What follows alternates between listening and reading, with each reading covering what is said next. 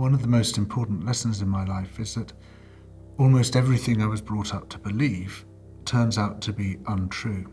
Now, I don't blame my parents for this. In fact, I don't blame anyone for this. They, just like everybody else, was brought up with the same founding, justifying, centralizing myths. All classes have them, all groups of people subscribe to them, and they're always wrong.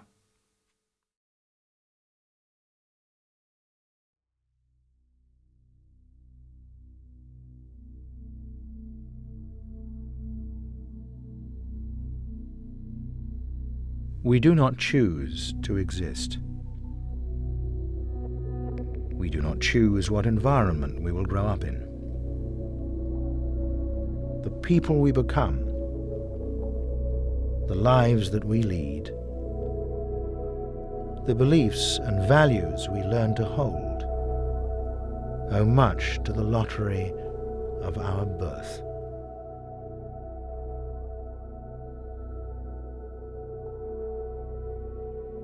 Our starting point in life is one of reliance on forces over which we have no control.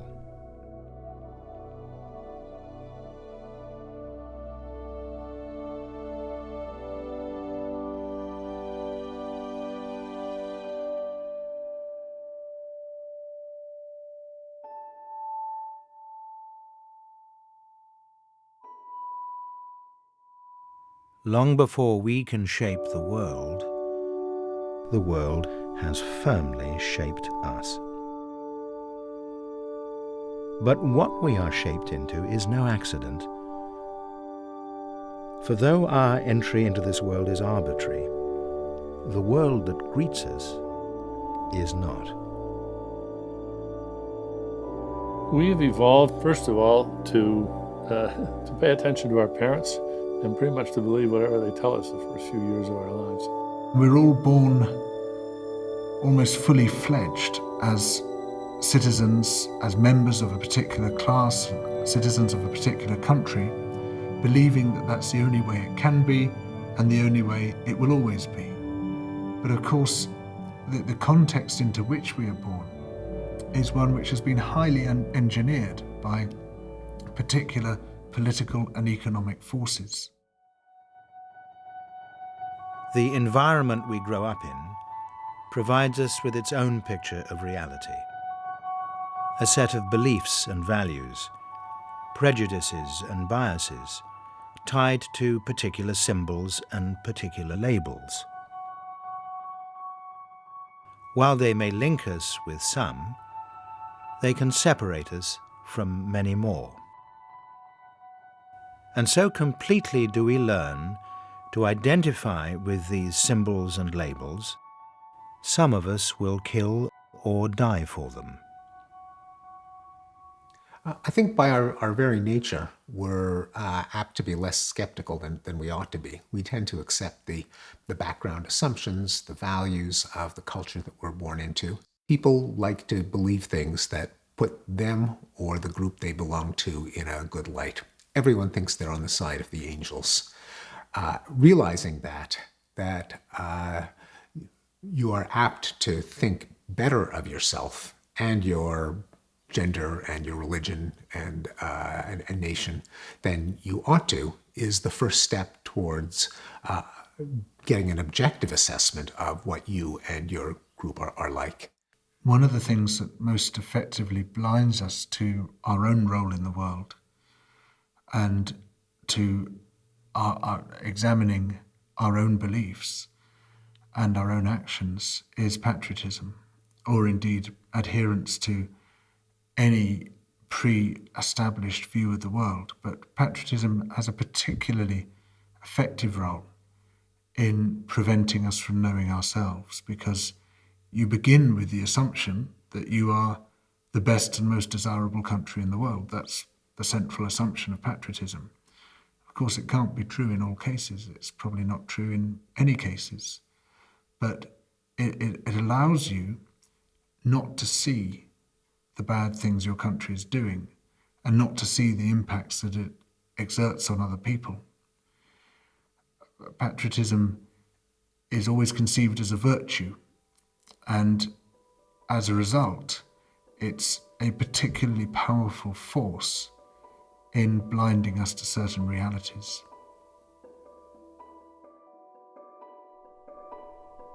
Imagine two enemies on a battlefield. Suppose it were possible to go back in time and swap them at birth, so that each child would be raised in the other's culture. In time, would each not end up fighting for the other side?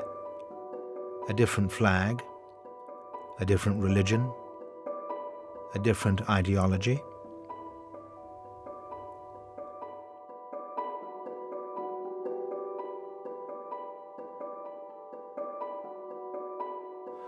I think it's a source of great tragedy that we're apt to believe our own self-serving story, to sincerely believe that we are seeing the world as it is and that other people are deluded or dishonest or impervious to reason.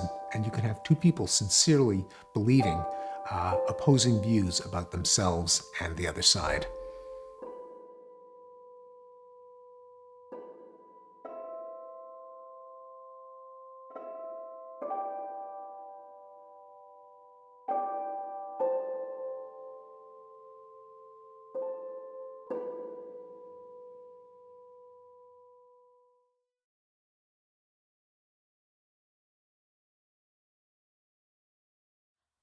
I think the reflection on the conditions that control you in order to be free to act as an autonomous agent, a sovereign agent, with as deep a knowledge about the world in which you are, is absolutely vital. But this self-reflection cannot come from within the chains of control that bind you, that lock you in. Therefore, you need an opening. And an opening can only come through experience of relationship.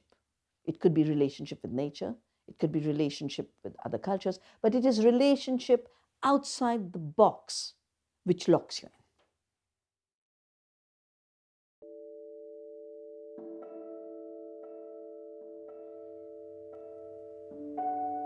We come into this world with the potential for a wide range of behavior. Much depends on the soil in which we grow.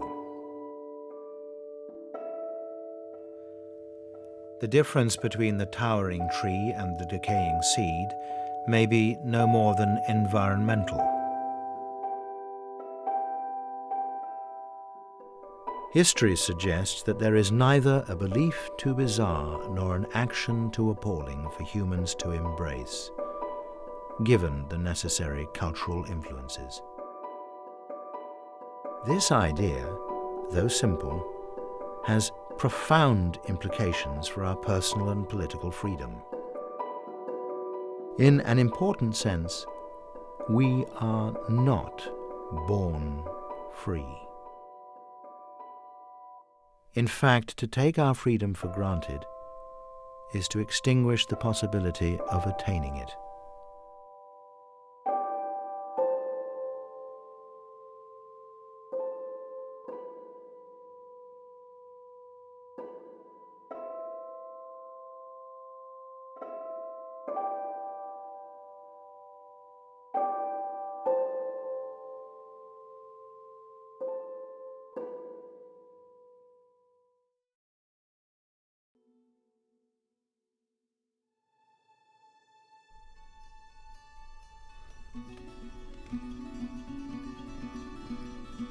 If you have a society, it's going to have certain roles and certain positions available. That's just inevitably the case. That'll be true forever, as long as we have societies. So education you can view in one of two ways. You can say education is this process by which people arrive at the capacity to utilize their skills and talents maximally and to enrich their lives and so on. A positive view of education. Alternatively, you can say education is a process which prepares people to fit positions in society. It gives them the information and the attitudes, the personalities, the inclinations, the expectations that are consistent with the positions that they're going to fill in society. Now, actually, the second is inevitable. but you want the first. So to have the first, it must be that the positions that people are going to have in society need for people to be their most fulfilled and accomplished and capable selves. But that's not the case for typical societal structures that we now have. So the school system has to teach you to endure boredom. It has to teach you to take orders and to obey. And so that's what it does for 80%. So there's a contradiction between fitting the slot and being the best you can be, so to speak. To have good education, to have liberating education, society has to have slots that are for free people, that are for initiating and caring human beings. Systems of education must prioritize certain ideas, facts, and behavior over others. These priorities tell us much about the dominant values and goals of a society. In the United States, every student learns about the Boston Massacre. 5 people were killed in the Boston Massacre. They do not learn about the massacre in the 1860s in Colorado, where hundreds of Indians were killed by an American Army regiment. As soon as I began to study history, I realized that the history that was given to me was a history determined by the historian. The lectures that were given to me in class were lectures whose content was decided by the teacher. And so I came to the conclusion that the important distortions in history come not from lying, that is, not from telling falsehoods about history. The important distortions come from what is omitted from history, comes from the process of selection, in which certain things are selected because they're palatable, because they're useful for the selector, and other things, because they might cause trouble, are not selected.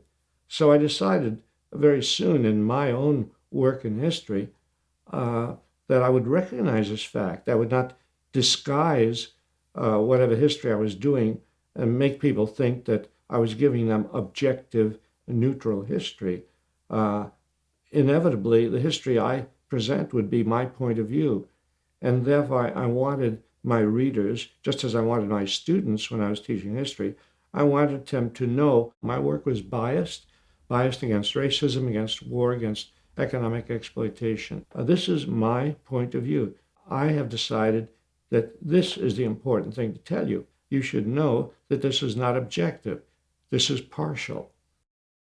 The Columbus stories has been presented for generations to young Americans in school as a story of adventure, nobility, courage. Columbus, the great hero, because he very bravely crossed the ocean and found this land in the Western Hemisphere. In fact, so many things in the United States are named after Columbus. There are many cities, and there's Columbia University. There are statues of Columbus in various parts of the country.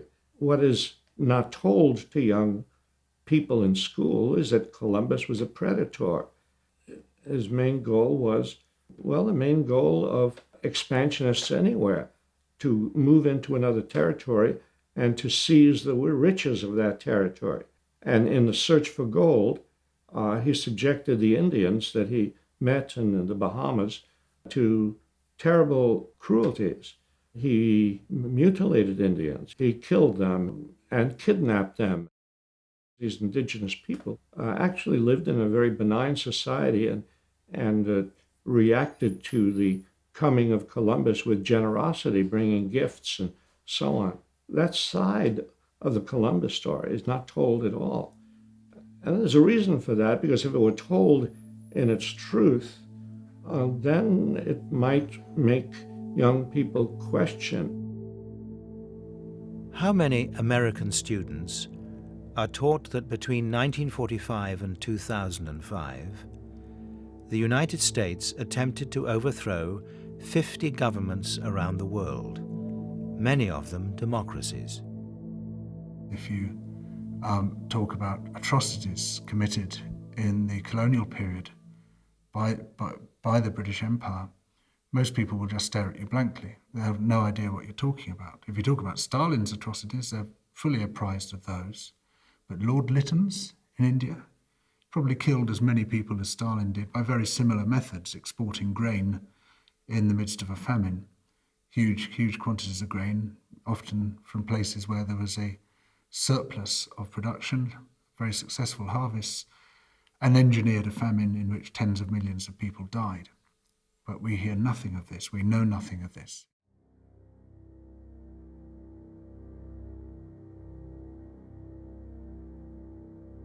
How many British students learn about the work of the historian Mark Curtis? Drawing on formerly secret UK government files, he estimates that Britain is complicit in the deaths of over 10 million people from countries around the world since 1945. Schooling can't be politically neutral because it's preparing people to play a role in society. And roles in society are not politically neutral because they affect the distribution of power. It's either preparing you to empower those who already have power by increasing their authority, increasing the distribution of their ideas, or by increasing their wealth. If you're trained to serve them, then you've been trained to play a political role. If you're trained to pursue your own vision, to develop your own vision first and then pursue it, then that's a political role also. In the 1960s in the United States, there was, of course, like most places in the world, an upheaval, a gigantic social upheaval of resistance and opposition to the past, to the structures of capital and power that existed in society. The government, of course, the elites confronted a problem. They didn't want this to recur. In 1973, at the behest of billionaire David Rockefeller, an organization known as the Trilateral Commission was founded. Its early members were drawn from the United States, Western Europe, and Japan. Among them were the heads of major corporations, banks, law firms, and government. Concerned about the resistance of the 60s, the Commission set out to investigate its root causes. Their report was entitled The Crisis of Democracy. And this commission did an investigation focusing on education and on school systems because, of course, so much of the activity occurred on campuses. And they actually came up with a conclusion. It wasn't the totality of the reasons for the 60s, but it's quite revealing, and it was one of the reasons. What they said was the population was being overeducated. That's an incredible kind of idea, and yet it's accurate. They were saying, and they were very clear on this, that we were educating people enough so that they actually expected to have a life, so that they expected to have a degree of control when they got finished with their educations. And what they were encountering was their ability to control their own lives was marginal, and people resisted.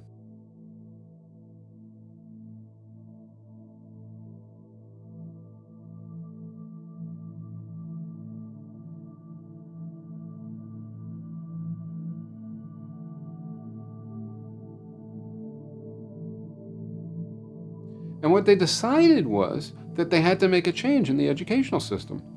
They had to cut back on the high-quality education that they had until then, under the pressure of Sputnik and the rest, been spreading through society, and instead increase the more regimented education. The report regarded the education system as the most important value-producing system in society, and argued that a program is necessary to lower the job expectation of those who receive a college education.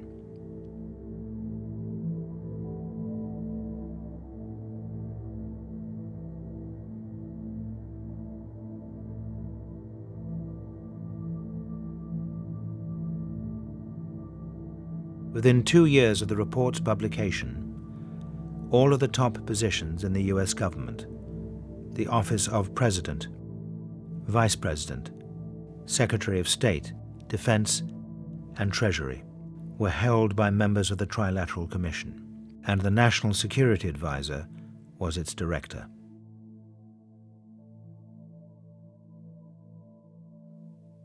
Education quite clearly replicates control in many, many ways. I come from a country that was colonized by Britain, and one of the instruments of control was education, because education can either free the mind and encourage independent thinking, or it can control the mind and condition the mind and basically turn you into slaves who voluntarily give up their freedom because they don't know how else to be, how else to think.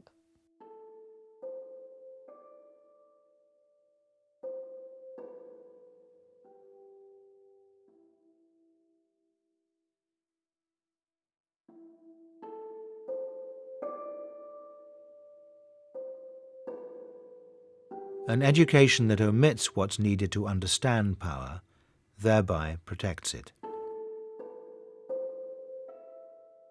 Most of us will pass through school without a single lesson on the roots of inequality,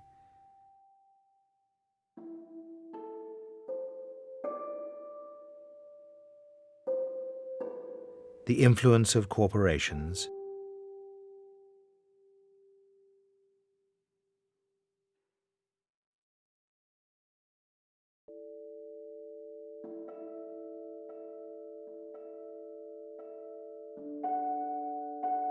or the workings of capitalism.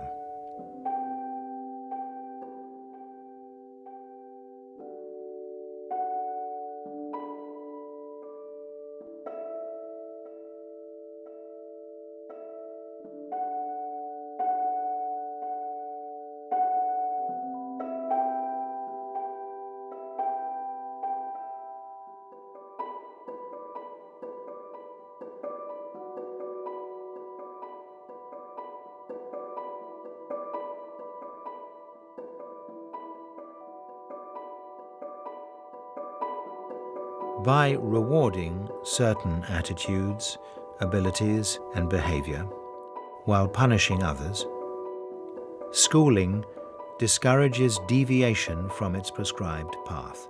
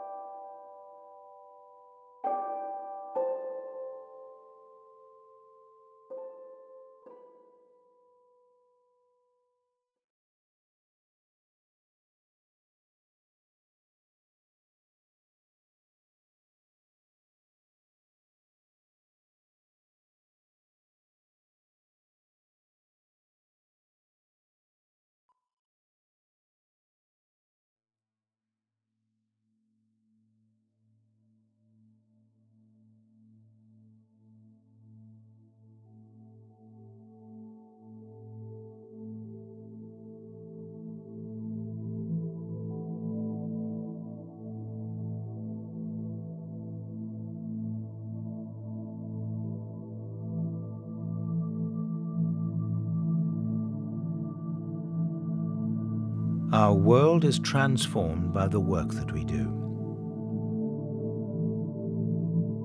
But most of us have very little control over the aims, conditions, and availability of this work.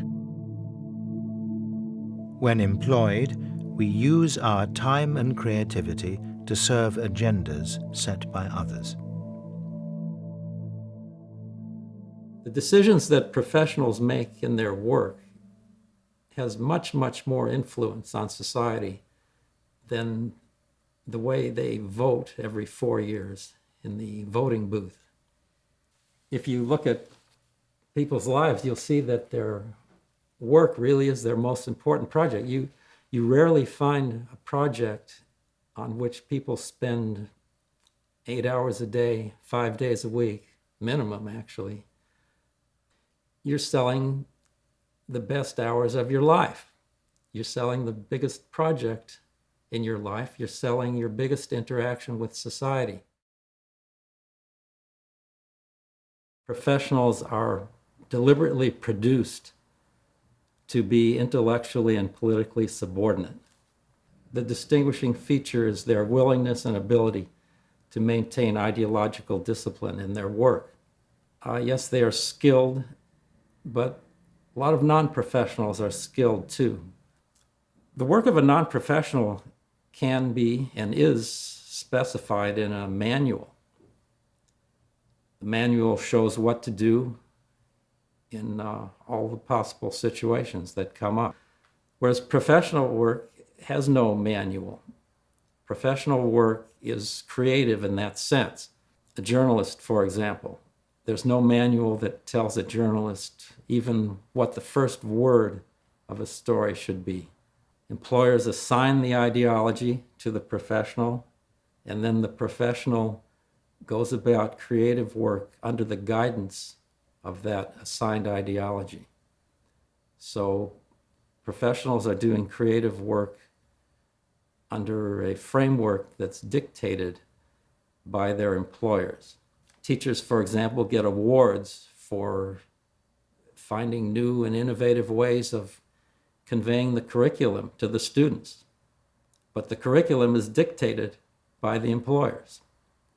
So they're doing creative work, but they have been stripped of political control of that work.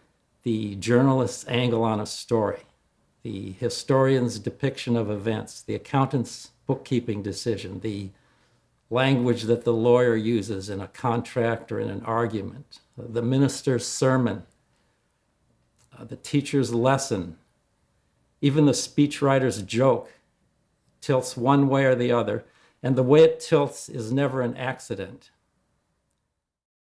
In any profession, once you actually become involved in doing it, and if you want to do it, it's terribly easy to get caught up with the natural everyday logic of pragmatically doing the job, and you fail to stand back and look at the context within which you're doing it.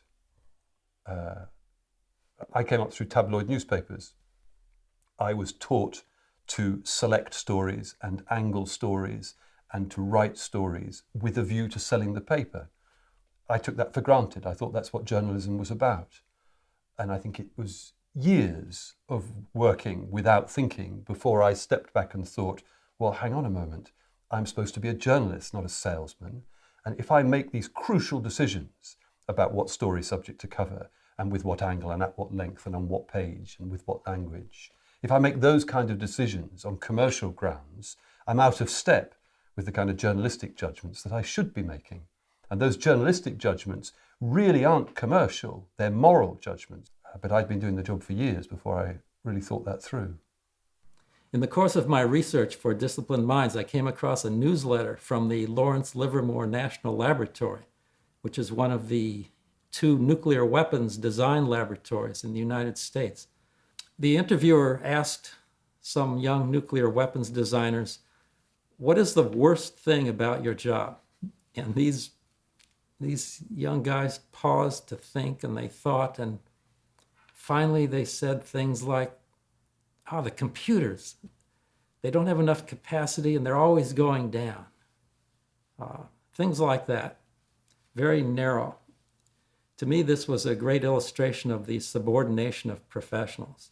It wasn't their job or even their interest to question the big picture, to wonder, maybe the worst thing about my job is that I'm making the world a more dangerous place, that I'm setting up disaster by designing weapons of mass destruction.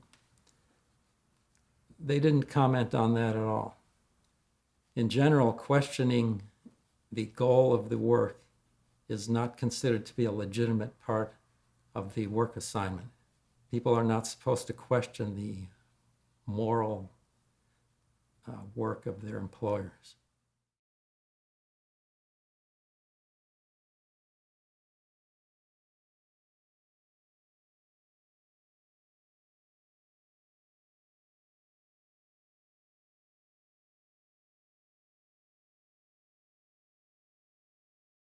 As a young child, I knew I wanted to be a physicist. Einstein was my inspiration.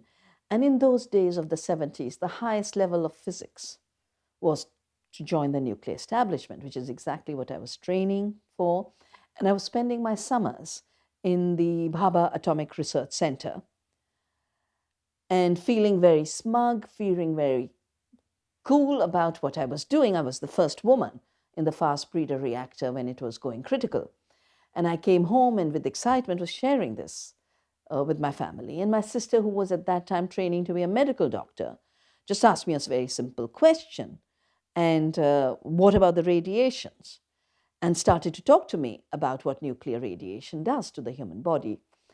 And I realized in that moment that I had learned the best of nuclear physics, but not one class had I been taught on nuclear radiation and its hazards. And that's the day I decided that I didn't want to learn a one-sided science. I wanted to learn the whole. I wanted to have a holistic idea of what I was studying, and that's what shifted me to theoretical physics and the study of the foundations of quantum theory. But that's the wake-up moment for me to know that there is a very partial window that is opened for you. And that partial window numbs you to the impact of your actions. And so often the best of scientists have absolutely no idea what their actions are doing. It applies to today's biotechnologists and genetic engineers. They feel so happy that they now can move genes across species barriers, but they have the worldview of a Petri dish. All they can see is these cells in the Petri dish. They have no experience of a real plant. They have no experience of real soil. And they have no relationship with real farmers whose lives they are destroying. Citizens in a democratic society enjoy the freedoms of speech, privacy, and association. The freedom to vote out leaders they do not like and elect ones they do. But employees seldom enjoy these freedoms. Instead, they are subject to a strict chain of command and close monitoring. To enter the workplace, the rights of the citizen must often be left behind. Well, in the economy, there's no democracy at all. There's not even anything that can remotely be described as democratic. Rather, in a typical corporation, the owners, the people at the top of the corporate hierarchy, make the decisions, and their will is law. Stalin never dreamed of telling people when they could go to the bathroom. Owners of companies routinely lay down laws and rules about how often or when you can go to the bathroom. Owners have a level of intrusive control over the daily life situation of people in the economy that is just incredible. You're basically just following dictates and structures that are imposed by others, doing work in which you have almost no say over what you're doing, over any of the circumstances or conditions of what you're doing. So in that domain, in the economic domain, the discussion can't be about that. If it's about that, if there's really an honest discussion about the amount of say everybody has and the level of democracy, well, then the whole thing is corrupt and would have to be thrown out. The system of education and employment doesn't require you to internalize its ideology. It just requires you to maintain ideological discipline. In other words, in your work, you abide by the ideology of the employer. All day long at work, you could be writing advertising copy, praising a product, and then after work, you could tell all your friends that it's a piece of junk. Don't buy it. However, this doesn't happen very often. You may have heard of the Stockholm Syndrome. It's a name that comes from an incident that happened in Sweden where a bank robber took a bunch of people hostage and held them for a long time. When they were finally released, the former hostages spoke very favorably about the person who had held them at gunpoint under threat of killing them. People found that very peculiar. Well, it's simple psychology that it's safer to take that position. These people maximize their chance of not being killed by becoming sympathetic to the person who had the life and death power over them. Well, the same thing happens in the workplace. The safest way to survive in the workplace is to internalize that ideology.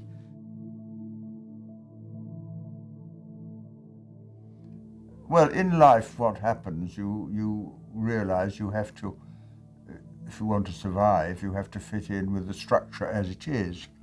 If you want a job, you have to please the person who employs you. If you want to get on, you've got to give people confidence that you are not going to disturb their lives in any way. And so the structure as it is becomes more attractive to you.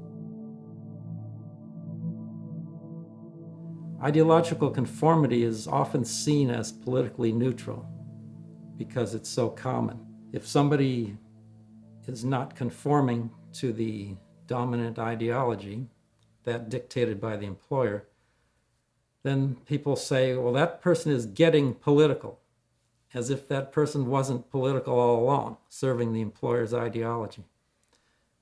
So, yeah, it's kind of insidious when people who are working day and night to support the status quo are seen as non-political. A hierarchically structured workplace demands that we sell more than our time and knowledge. It demands that we sell our obedience. The more skillfully we conform to the logic of the system and obey the agendas of those above us, the more power we will attain.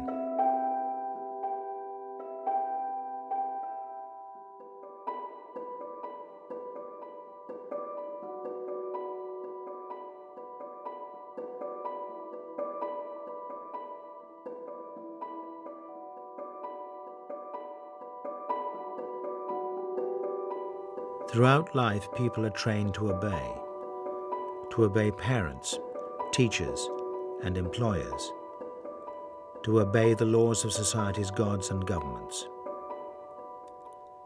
This obedience pushes power up the social hierarchy. More power is concentrated in fewer hands. The worst crimes in history would not have been possible without mass obedience and conformity to the demands of power. From the policeman, scientist, and soldier to the journalist, lawyer, and intellectual.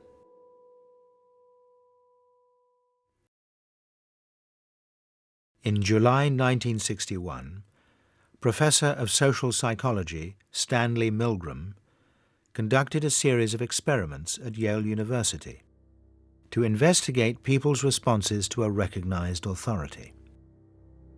The initial motivation for the experiment was to understand how German citizens were able to carry out the crimes of the Holocaust during World War II. The original experiments were filmed. Two people come to a psychology laboratory in a prestigious university. One of them is designated teacher, the other learner. The experimenter explains that the study is concerned with the effects of punishment on memory and learning. Would you open those and tell me which of you is which, please? Teacher. Learn. Teacher.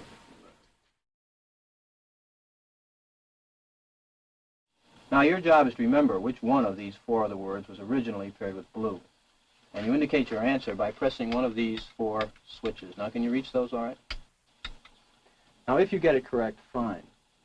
If you make an error, however, you'll be punished with an electric shock. Though the teacher does not know it, the learner is in fact an actor and will only pretend to receive shocks. Now, each time he gives a wrong answer, you move up one switch on the shock generator. And, of course, we'll begin with 15 volts for the first wrong answer. Okay? Do not begin until I say, ready, begin, please. Attention, learner. Your teacher is about to begin the test. Try and remember the word pairs.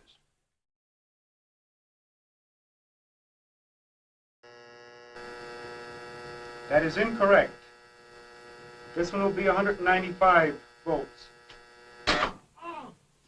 The correct one. Let me out of here. Slow.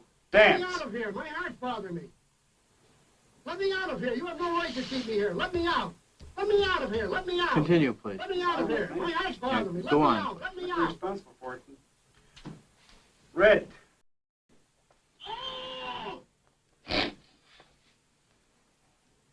Next one. I refuse to answer. Well, you gotta keep getting a shock if you don't answer.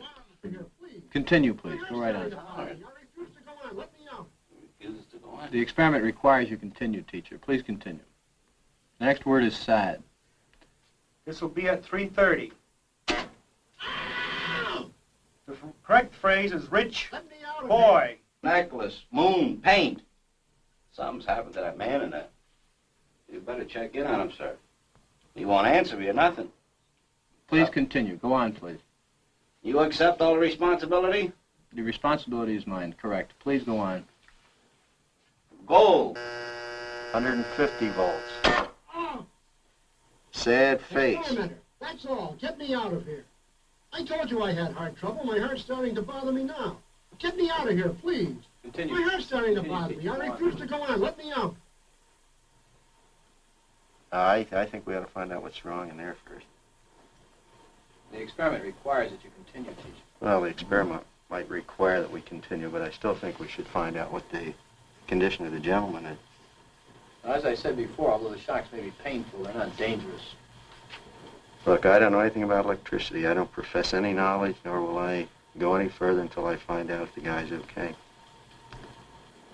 It's absolutely essential that you continue. Well, essential or not, this program isn't quite that important to me that I should go along doing something that I know nothing about, particularly if it's going to injure someone. I don't know what this is all about. Well, whether the learner likes it or not, we must go on until he's learned all the word pairs correctly. Well, you can sure have your 450 back. I didn't want it anyhow. I intend to give it to some charitable organization, but I wouldn't go on with it. The 450 is not the issue here. That check is yours simply Yeah, I coming realize to the lab. It is essential that you continue the experiment. No, it isn't essential. Not one bit. You got no other choice, teacher. Oh, I have a lot of choices. My number one choice is that I wouldn't go on if I thought he was being harmed. Well, of 100 people placed in this situation, how many do you think would just go right on to the end? Well, personally, I think, if you get one or two, you'd be lucky. Prior to the experiment, a group of psychiatrists predicted that only 1 in 1,000 would continue to the last 450-volt switch.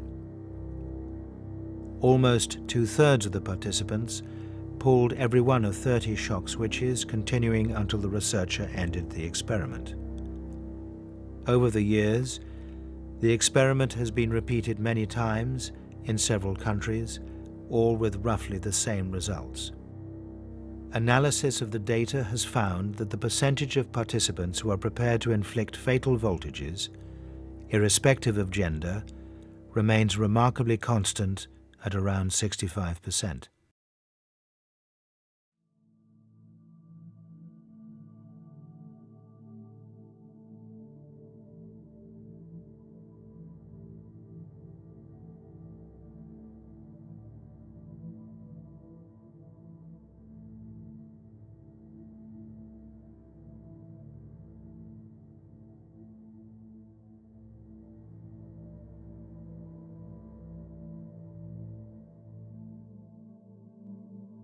Psychologists talk of schemas which refer to, if you like, a kind of pattern of behaviour that you learn, or perhaps is instinctive, perhaps is automatic.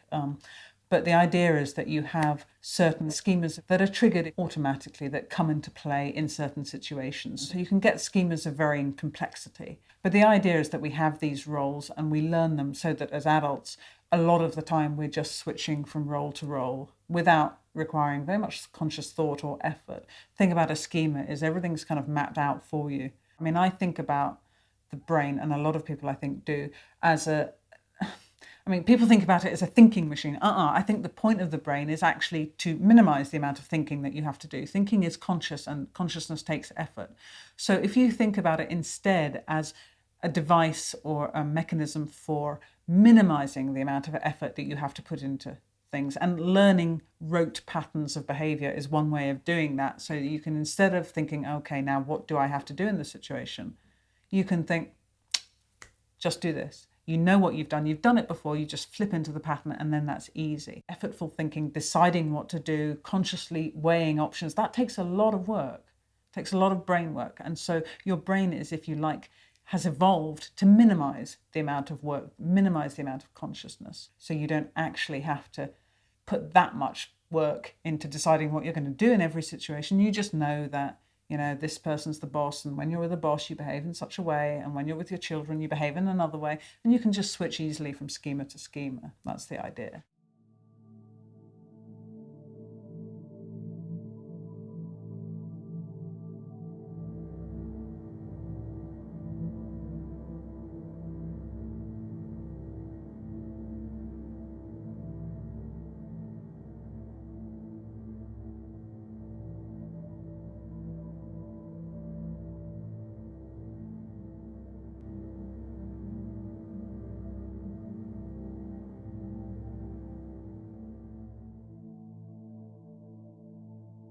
Disobedience does not imply disorder. In fact, it is obedience that produces the most destructive forms of disorder: war, poverty, and the devastation of our environment.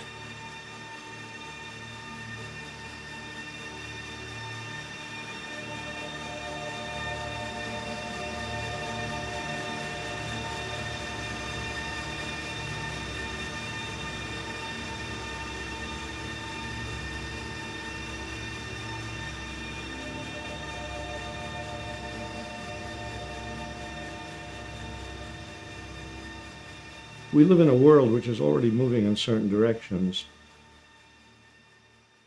and a world which is not a blank slate, a world where people are being oppressed, a world where wars are going on, a world where the children are going hungry. If you think you are being neutral by doing nothing, you are deceiving yourself. You are not being neutral. You are collaborating with whatever forces are dominant in a society, collaborating with whatever trends already are taking place in society.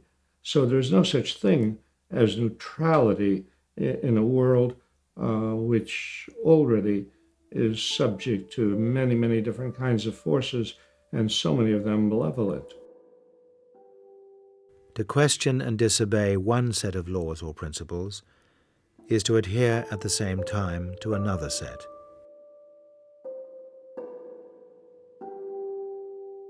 Freedom has always depended on our ability to identify and overcome systems of arbitrary authority.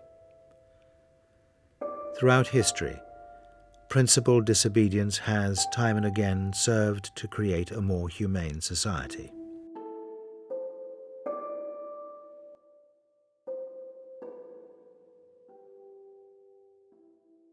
The choice is not whether we obey or disobey, but rather what we obey and disobey.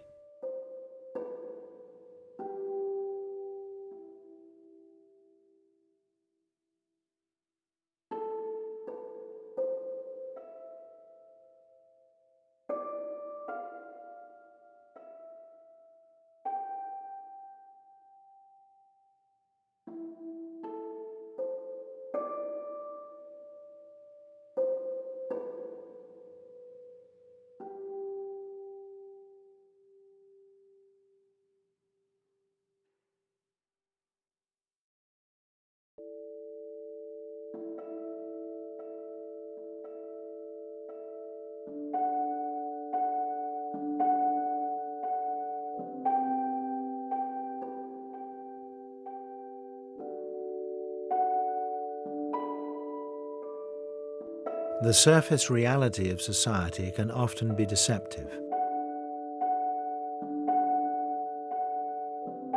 Familiarity can blind us to the oppressive structures shaping our world.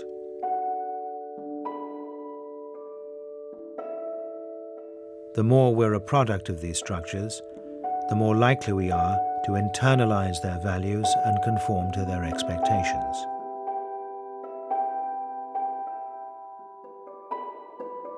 The knowledge we possess and the values we hold emerged from the interaction between our brain's cognitive architecture and our experiences. Since there is no politically neutral way to socialize people, the versions of reality we are presented with tend to serve the agendas of those who control what is presented.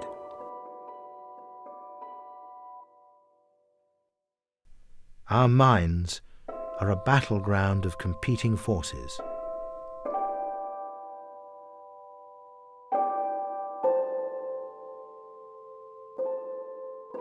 The outcome of this battle determines the society we create. To shape these minds is to shape the society.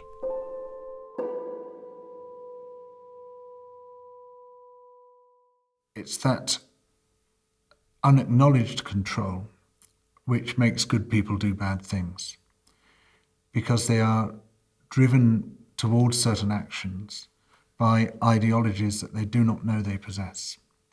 Often you hear people saying, "Oh, I'm not at all political." And very often it's the people who claim to be least political who are actually most political, because they have taken on board a whole series of unacknowledged assumptions which, because they believe they're not political, they never challenge.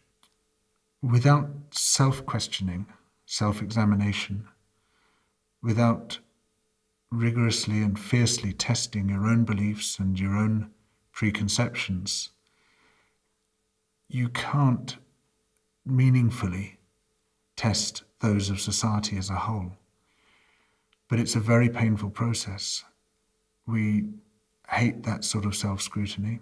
We hate being scrutinized by other people in that way.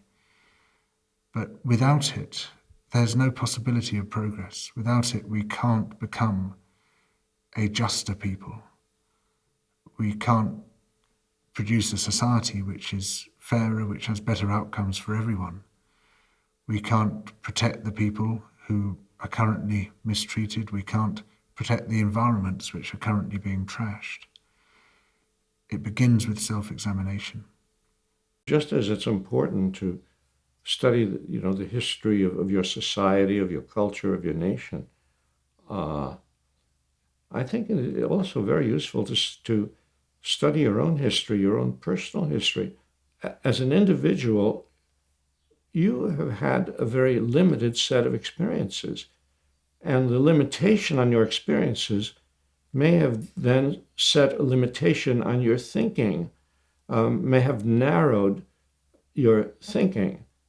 And to recognize those limitations, to recognize that you may have been limited by your family, by your education, by your church, by the class in which you were born, to recognize the limitations of your personal experience is to then enable you perhaps to go beyond those limitations. It can be frightening to take on the task of questioning your most deeply held beliefs, partly because you might discover that you've been living a lie or been duped. People don't like to learn that about themselves. There's a tremendous bias in favor of maintaining the status quo, what's familiar, what's secure. I looked at newspapers that were published in Texas during the 1890s, at a time when the ideology of racism was so thoroughly embedded amongst the readers of those newspapers that the newspapers naturally and spontaneously picked it up and reflected it back. So they did, for example, news reports about lynchings, where they described the public murder of young black men with no kind of fear or conscience or hint of the immorality of these public murders. They reported them as though they were reporting a football match, as an absolutely natural event. And by looking back historically from an era in which the ideology has changed, we can see just how powerful it is, that it's there. And the interesting thing about the ideological impact on news coverage is that it's invisible. It's embedded in the foundations, taken for granted. I think that understanding ourselves is a prerequisite to just about everything that's valuable in life, to enlightenment, to cooperation, to escape from the self-deception that mires us in conflict and argument. Chekhov once said, "Man will be better when you can show him what he is like." And as a psychologist, I think those are words to live by. If there is one lesson to be taken from the violent horrors of the 20th century, it is the danger of not questioning. But we won't ask a question if we think we already know the answer. The ideal of science, which we were taught when we began, is that you fail. You come close to truth, you hope. But there's always going to be somebody who's going to come closer. You're always prepared to be in error. And I mean, the scientific ideal is the professor who stands up after 30 years of working on a theory and says, this theory is wrong. And I have seen somebody do that in a meeting and be applauded. You know, that's the ideal. It does have a lot of power. And it's this sense, again, of testing yourself against reality and being prepared to accept reality's judgment. The problem with any strong belief, if you like, is that if a belief is part of your identity, if it's very important that you are who you are because you define yourself in part by that belief becomes a part of yourself. And so if you're trying to jettison that belief, that can feel like a very, very painful thing to do.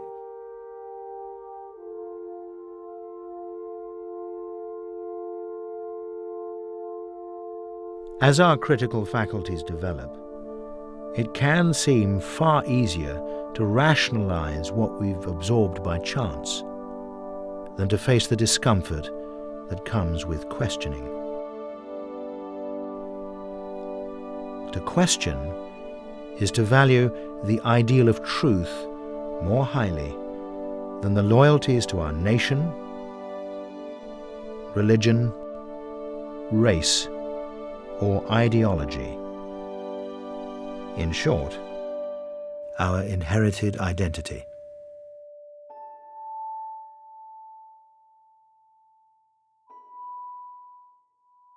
I think the key to any progress is to ask the question why all the time. Why is that child poor? Why was there a war? Why was she killed? Why is she in power? And of course questions can get you into a lot of trouble because society is trained by those who run it to accept what goes on. And if you keep asking questions, it's very destabilizing, and yet you have to do it. Without questions, you won't ever make any progress at all.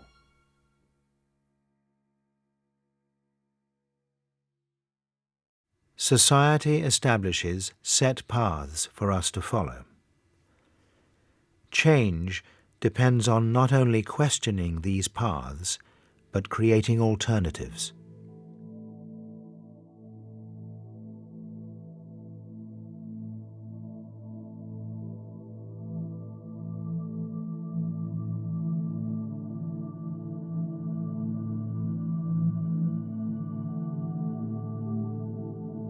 The fruits of human creativity exist beyond the walls of galleries, libraries, and concert halls.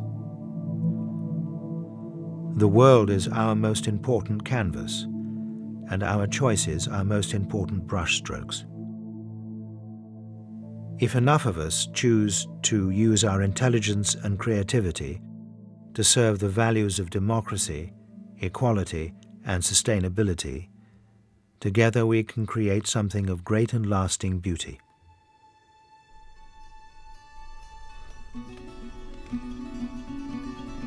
To love, to be loved, to never forget your own insignificance, to never get used to the unspeakable violence and the vulgar disparity of life around you, to seek joy in the saddest places, to pursue beauty to its lair, to never simplify what is complicated or complicate what is simple, to respect strength, never power, above all to watch, to try and understand, to never look away, and never, never to forget.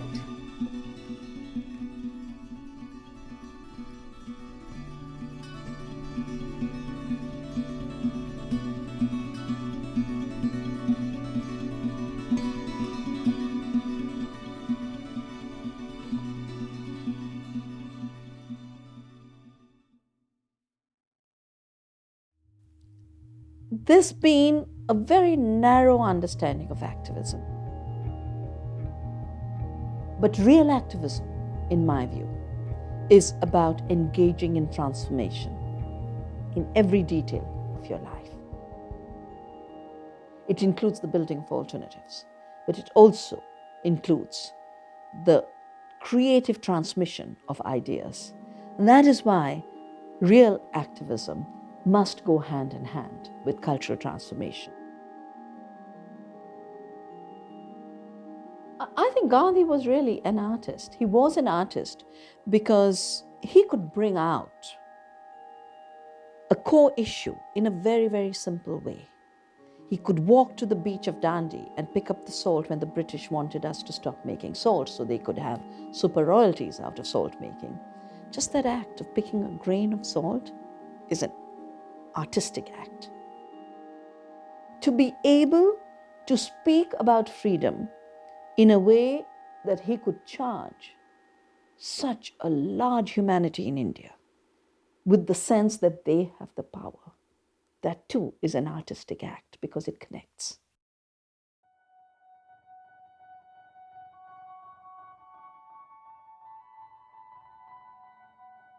I think that the public have come to be cynical about the possibility of anything else.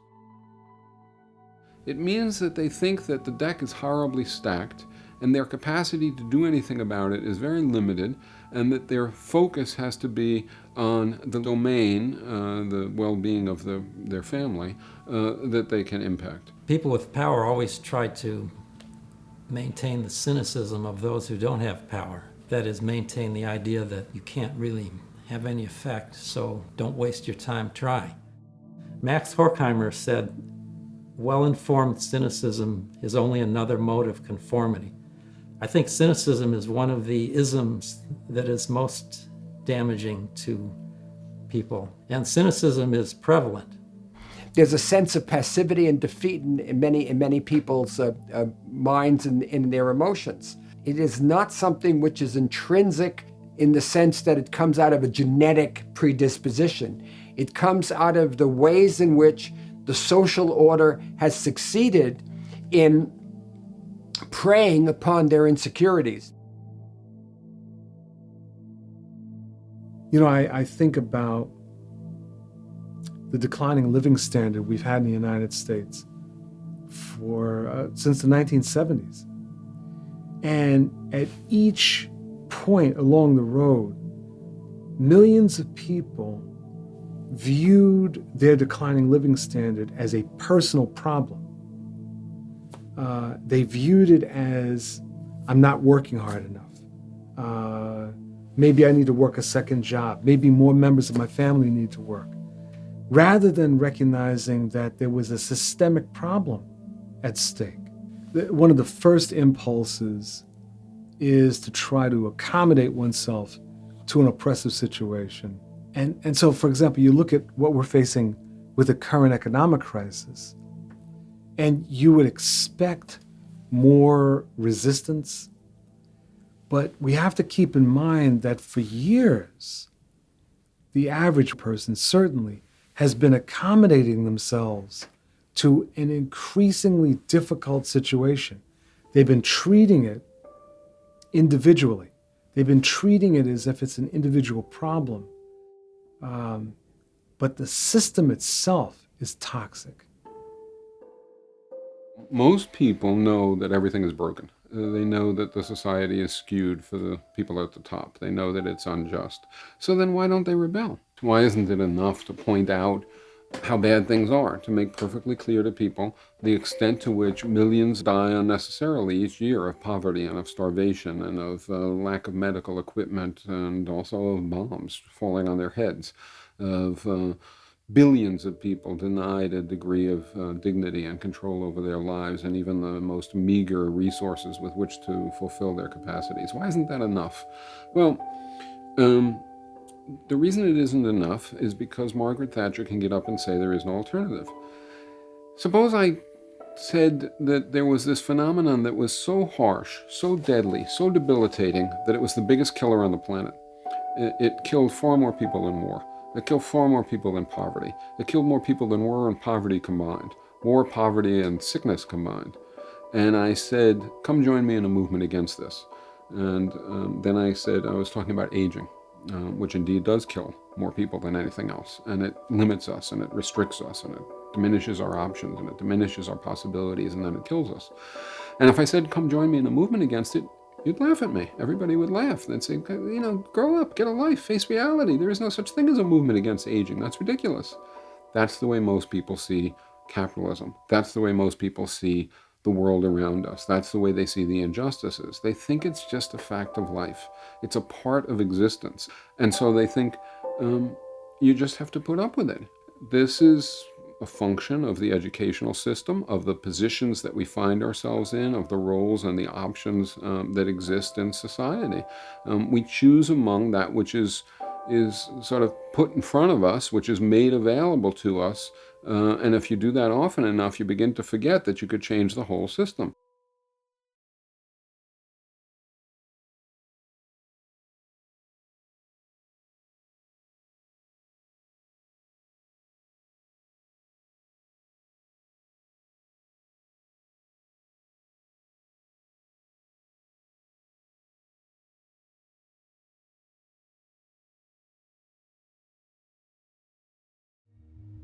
I would argue that what is really distinct about human nature is our capacity for self-transformation and for creating a world that we really want. We can change ourselves through our interaction with both our built as well as our social environment, and that is very, very, very important in ways that distinguish us from other species. For me, human nature is very marginally understood, but some things are certainly very clear. You know, we have bilateral symmetry. We have 2 arms and 2 legs. We have various organs that we know about. Those things are all wired in. They're part of our nature as human beings. We also have minds. That's wired in.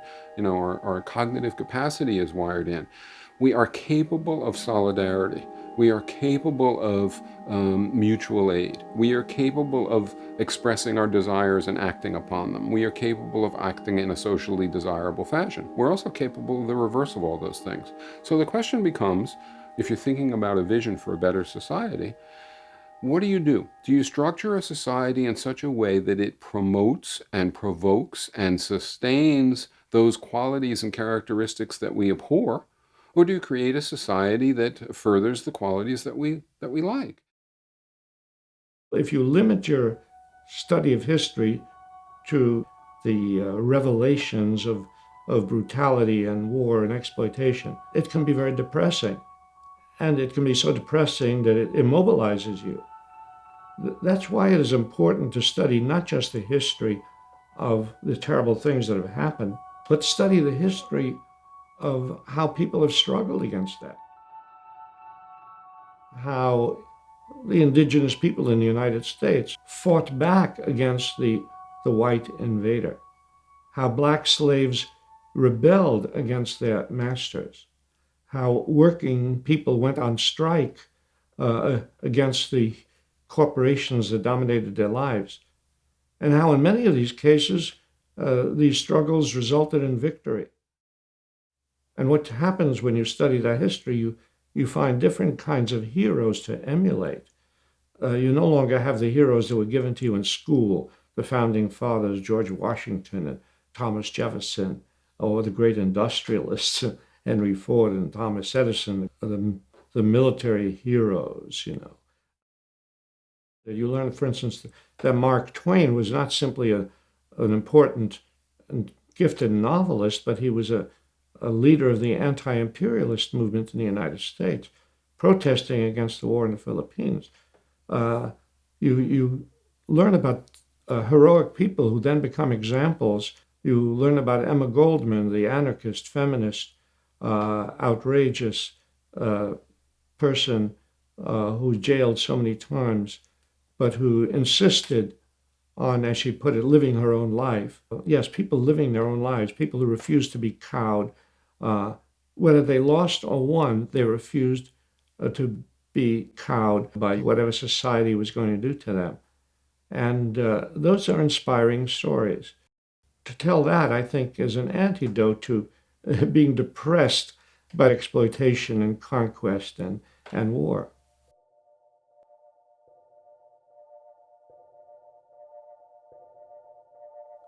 I think one reason it is so important to break out of the prison of the monoculture of the mind is to recognize that this world has so many alternatives. There's so many alternatives to the industrial agriculture based on fossil fuels and chemicals. There's so many alternatives to a banking system based on fraud.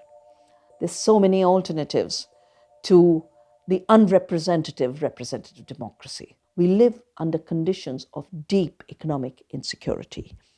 And this kind of economic insecurity, of course, is depriving people of basic needs, but it is also the fertile ground for cultures of hatred, cultures of violence, cultures of killings. If we just want our children to grow up in a culture of peace, we need to be sure we work and build the alternatives that will create that culture of peace for future generations. What keeps me going is some very basic things. One, I know I'm part of this beautiful planet, of this universe, and I must play my role in it. I am connected, and therefore I do what needs to be done. If biodiversity has to be protected, I'll protect it. If rivers like the Ganges have to be protected, I'll protect them. The second thing that keeps me going is an abhorrence for injustice. I think every human being needs to have security, freedom, and dignity. And every time it's violated, I want to be there to make sure that violation doesn't take place. And the third thing that keeps me going is really the beauty of this world, the beauty of people. And I'd rather participate in building on that beauty than see the ugliness of devastation, of forests torn down by bulldozers, of rivers rubbished by waste dumping, and people rubbished by an economy that has no place for them. So beauty, for sure, is a very important part of what keeps me going.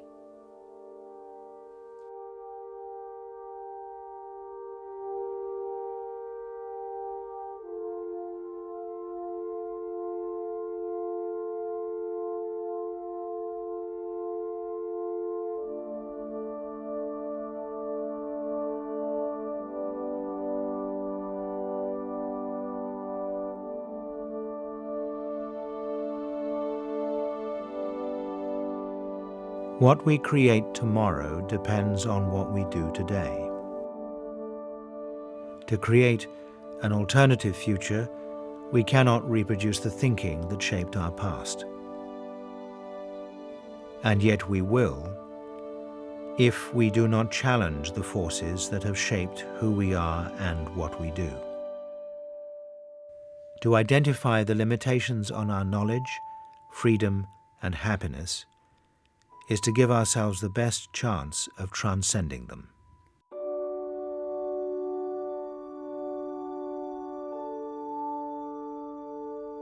The more we understand the effect the world has had on us, the more we can control the effect we have on the world.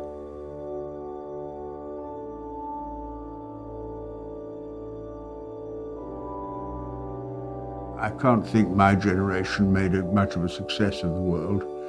2 world wars and the atomic bomb. And so in a way I feel when I talk to younger people I have to be, in a way, start with an apology. Say you have the decision to either destroy the human race or put us on a right course. What decision are you going to take?